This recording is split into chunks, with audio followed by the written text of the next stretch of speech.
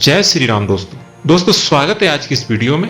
दोस्तों आज की इस वीडियो में हम बात करने जा रहे हैं गृहस्थ जीवन में किस तरीके से पूजन करनी चाहिए, या यूं कहें कि हम दैनिक लाइफ में हमारे घर में जो पूजन करते हैं उसमें हमको कौन सी विशेष बातों का ध्यान रखना चाहिए और किस तरीके से पूजन करनी चाहिए। इस वीडियो में हम बहुत ही सरल और सुंदर विधि और तरीकों के बारे में बात करेंगे जो कि सभी को अपने गृहस्थ जीवन में पूजन करते वक्त विशेष रूप से ध्यान रखना चाहिए, इन नियमों का पालन करना चाहिए। तो आइए शुरू करते हैं वीडियो को। दोस्तों वीडियो को शुरू करने से पहले फिर से एक निवेदन करेंगे, यदि आपने अभी तक हमारे इस चैनल को सब्सक्राइब नहीं किया, सब्सक्राइब जरूर कर लें और वीडियो को लाइक करें और कमेंट जरूर करें इस वीडियो के नीचे। चलिए शुरू करते हैं। दोस्तों पूजा तो सब करते हैं, परंतु यदि इन नियमों को ध्यान में रखा जाए तो उस पूजा पाठ का हम अत्यधिक फल प्राप्त कर सकते हैं। तो आइए जानते हैं क्या है ये पूजन के विशेष नियम। सबसे पहला नियम जानते हैं दोस्तों, सूर्य, श्री गणेश जी, दुर्गा जी, शिव जी एवं श्री विष्णु जी ये 5 देव कहलाते हैं। इनकी पूजा सभी कार्यों में गृहस्थ आश्रम में नित्य होनी चाहिए। इससे धन, लक्ष्मी और सुख की प्राप्ति होती है। दूसरा, श्री गणेश जी और भैरव जी को तुलसी नहीं चढ़ाना चाहिए, इस बात का हमको विशेष रूप से ध्यान रखना चाहिए। दुर्गा जी को दूर्वा नहीं चढ़ानी चाहिए और सूर्य देव को शंख के जल से अर्घ नहीं देना चाहिए। तुलसी जी का पत्ता बिना स्नान किए नहीं तोड़ना चाहिए। जो लोग बिना स्नान किए तोड़ते हैं उनके तुलसी पत्तों को भगवान स्वीकार नहीं करते हैं। अगला नियम है, रविवार, एकादशी, द्वादशी, पूर्णिमा, अमावस्या, संक्रांति और संध्या काल में तुलसी नहीं तोड़नी चाहिए। इस बात का हमको विशेष रूप से ध्यान रखना चाहिए। और दूसरा है, दीपक के नीचे चावल अवश्य हमको रखना चाहिए। यदि हम दीपक लगा रहे हैं, जला रहे हैं कहीं भी, तो उसके नीचे चावल हमको अवश्य ही रखना चाहिए। केतकी का फूल शंकर जी को कभी भी नहीं चढ़ाना चाहिए और कमल का फूल 5 रात्रि तक उसमें जल छिड़क कर चढ़ा सकते हैं, वह कभी भी वासा नहीं होता है। और बील पत्र 10 रात्रि तक जल छिड़क कर चढ़ा सकते हैं, वह 10 रात्रि तक भी वासा नहीं होता है। तुलसी की पत्ती को 11 रात्रि तक जल छिड़क कर चढ़ा सकते हैं। हाथों में रखकर हाथों से फूल नहीं चढ़ाना चाहिए। तांबे के पात्र में चंदन नहीं रखना चाहिए।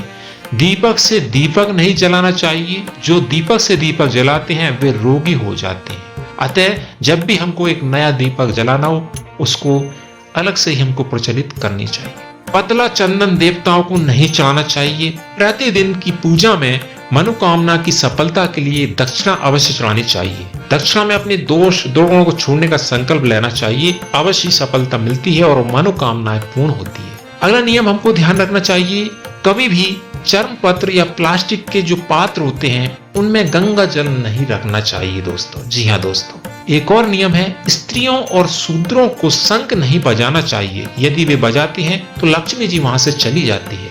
देवी देवताओं का पूजन दिन में 5 बार करनी चाहिए। सुबह 5 से 6 बजे तक ब्रह्म बेला में प्रथम पूजन और आरती होना चाहिए। प्रातः 9 से 10 बजे द्वितीय पूजन और आरती होना चाहिए। मध्याह्न में तीसरा पूजन और आरती होना चाहिए। फिर शयन करा देना चाहिए। शाम को 4 से 5 बजे तक चौथा पूजन आरती होना चाहिए और रात्रि में 8 से 9 बजे तक 5वां पूजन और आरती, फिर शयन करा देना चाहिए। इस तरीके से देवी देवताओं की दिन में 5 बार पूजा कराना चाहिए। अब आरती करने वालों को प्रथम चरणों की 4 बार, नाभि की 2 बार और मुख की 1 बार या 3 बार, समस्त अंगों की 7 बार आरती करनी चाहिए। पूजा हमेशा पूर्व या उत्तर की ओर मुख करके करनी चाहिए। हो सके तो सुबह 6 से 8 बजे के बीच में ही करना चाहिए। पूजा जमीन पर ऊनी आसन पर बैठकर ही करना चाहिए। पूजा गृह में सुबह एवं शाम को दीपक, एक घी का और एक तेल का रखना चाहिए। पूजा अर्चना होने के बाद उसी जगह पर खड़े होकर 3 परिक्रमाएं करना चाहिए। पूजा घर में मूर्तियां 1, 3, 5, 7, 9, 11 इंच तक की होनी चाहिए, इससे बड़ी नहीं होनी चाहिए। हमेशा खड़े हुए गणेश जी, सरस्वती जी, लक्ष्मी जी की मूर्तियां घर में नहीं होनी चाहिए। गणेश जी या देवी की प्रतिमा 3-3, शिवलिंग 2, साईग्राम 2, सूर्य 2 गोमती चक्र 2 की संख्या में कदापि न रखें। अपने मंदिर में सिर्फ प्रतिष्ठित मूर्ति ही रखें। उपहार, कांच, लकड़ी एवं फाइबर की मूर्तियां रखने से बचना चाहिए एवं खंडित, जली कटी फूटी फोटो, टूटा कांच तुरंत हटा देना चाहिए। यह अमंगलकारी होता है एवं इनमें विपत्तियों का आगमन होता है। मंदिर के ऊपर भगवान के वस्त्र, पुस्तकें एवं आभूषण आदि भी नहीं रखना चाहिए। मंदिर में पर्दा अति आवश्यक है। अपने पूज्य माता पिता तथा पितरों का फोटो मंदिर में कदापि नहीं रखना चाहिए। उन्हें घर के नेतृत्व कोण में स्थापित कर देना चाहिए। विष्णु की 4, गणेश की 3, सूर्य की 7, दुर्गा की 1 एवं शिव जी की आदि परिक्रमा करना चाहिए, ऐसा विधान है। प्रत्येक व्यक्ति को अपने घर में कलश स्थापित करना चाहिए। कलश जल से पूर्ण, श्रीफल से युक्त विधि पूर्वक स्थापित करें। यदि आपके घर में श्रीफल कलश उग जाता है तो वहाँ सुख एवं समृद्धि के साथ स्वयं लक्ष्मी जी नारायण जी के साथ निवास करती हैं। तुलसी का पूजन अति आवश्यक होता है। मकड़ी के जाल एवं दीमक से घर को सर्वदा बचाए रखना चाहिए, अन्यथा घर में भयंकर हानि हो सकती है। घर में झाड़ू कभी खड़ा करके ना रखें। झाड़ू को लागना नहीं चाहिए, पांव से कुचलना भी नहीं चाहिए। यदि हम झाड़ू को पांव से कुचलते हैं, लागते हैं तो दरिद्रता को निमंत्रण देना होता है। 2 झाड़ू को भी एक ही स्थान पर नहीं रखना चाहिए, इससे शत्रु बढ़ते हैं। घर में किसी भी परिस्थिति में झूठे बर्तन नहीं रखना चाहिए, क्योंकि शास्त्र कहते हैं कि रात में लक्ष्मी जी घर का निरीक्षण करती है। यदि झूठे बर्तन घर में रखते हैं, रहते हैं, तो किसी बड़े बर्तन में उन बर्तनों को रखकर उनमें पानी भर देना चाहिए, ऊपर से ढक देना चाहिए, तो इससे दोष नहीं होता है। कपूर का एक छोटा सा टुकड़ा घर में नित्य अवश्य जलाना चाहिए, जिससे वातावरण अत्यधिक शुद्ध हो जाता है और वातावरण शुद्ध होने के साथ धनात्मक ऊर्जा बढ़ती है, पॉजिटिव एनर्जी बढ़ती है। घर में नित्य घी का दीपक अवश्य जलाएं और सुखी रहें। घर में नित्य गौमूत्र युक्त जल से पोंछा लगाने से घर में वास्तु दोष समाप्त हो जाता है तथा दुरात्माएं हावी नहीं होती हैं। और साथ में घर में सेंधा नमक घर में रखने से सुख समृद्धि आती है, लक्ष्मी जी की वृद्धि होती है।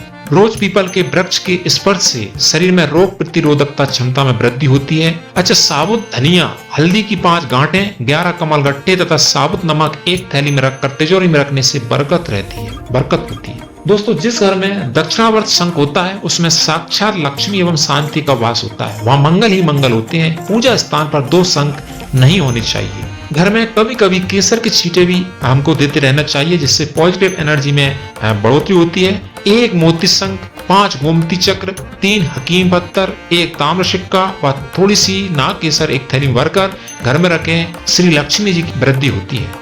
आचमन करके झूठे हाथ सिर के पृष्ठ भाग में कदापि न पहुंचे। इस भाग में अत्यंत महत्वपूर्ण कोशिकाएं होती है। घर में पूजा पाठ व मांगलिक पर्व में सिर पर टोपी व पगड़ी पहननी चाहिए। पूजा पाठ बिना आसन की नहीं करनी चाहिए। जब पूजा करके खड़े हो तब आसन के नीचे जल की 2 बूंदें डालकर ही ओम शंकराय नमः, ओम इंद्राय नमः मंत्र कहकर उन पर 2 बूंदों को माथे से लगाकर फिर आसन के नीचे की भूमि को प्रणाम करके खड़ा होना चाहिए। यदि ऐसा नहीं किया तो आपके पूजा पाठ जप आदि का फल देवराज इंद्र ले जाते हैं। अच्छा, यदि आप शंख की पूजा करते हैं और उसमें पानी भरता है तो कभी कभी डुबा कर नहीं भरना चाहिए। ऐसा करने से पूजा का कार्य सिद्ध नहीं होता है। शंख में आचमनी द्वारा ही जल भरना चाहिए। एक और नियम है, प्रसाद बांटते समय ध्यान रखना चाहिए कि प्रसाद जमीन पर ना गिरे। यदि गिरता है तो उसे तुरंत उठा लें और उसे किसी सुरक्षित स्थान पर रख देना चाहिए। प्रसाद को झूठे हाथ से नहीं बांटना चाहिए और ना ही ग्रहण करना चाहिए। हाथों को धोकर ही प्रसाद वितरित करना चाहिए एवं प्रसाद को ग्रहण करना चाहिए। पूजा आरंभ करने के बाद चाहे कैसी भी स्थिति हो, कभी भी जोर से नहीं बोलें, किसी पर क्रोध नहीं करें अथवा अपशब्द कहना पूजा को खंडित कर देता है। फल फूल चंदन आदि को कभी भी सूंघना नहीं चाहिए। यदि आप ऐसा करते हैं तो आपको पूजा करते हुए भी पाप लगेगा, क्योंकि सूंघने वाली कोई वस्तु देवी देवताओं पर नहीं चढ़ाई जाती। बासी फूल भगवान पर नहीं चढ़ाना चाहिए। यदि वे माली के घर में रखे हैं तो दोष नहीं लगता। बेलपत्र चढ़ाने से 1 दिन पहले तोड़कर रखने चाहिए। फूलों को कभी भी तोड़कर नहीं चढ़ाना चाहिए। कुछ लोग एक फूल के बहुत से टुकड़े करके चढ़ाते हैं, ऐसा भूल कर भी नहीं करें। यदि ऐसा किया तो पूजा में दोष लगता है। जप करने वाली माला को बिना गोमुखी के खुले में जप नहीं करना चाहिए।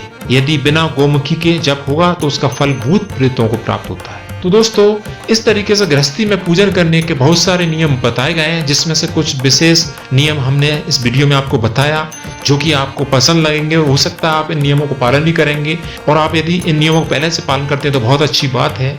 और दोस्तों, बताई गई ये जानकारी आपको अच्छी लगी तो वीडियो को लाइक करें, मित्रों के साथ शेयर करें, और इसी प्रकार की आगे वीडियो जानकारी चाहते हैं तो सब्सक्राइब जरूर करें हमारे इस YouTube चैनल को। मिलते हैं इसी प्रकार एक और ज्ञानवर्धक वीडियो के साथ, तब तक के लिए जय सिया राम दोस्तों।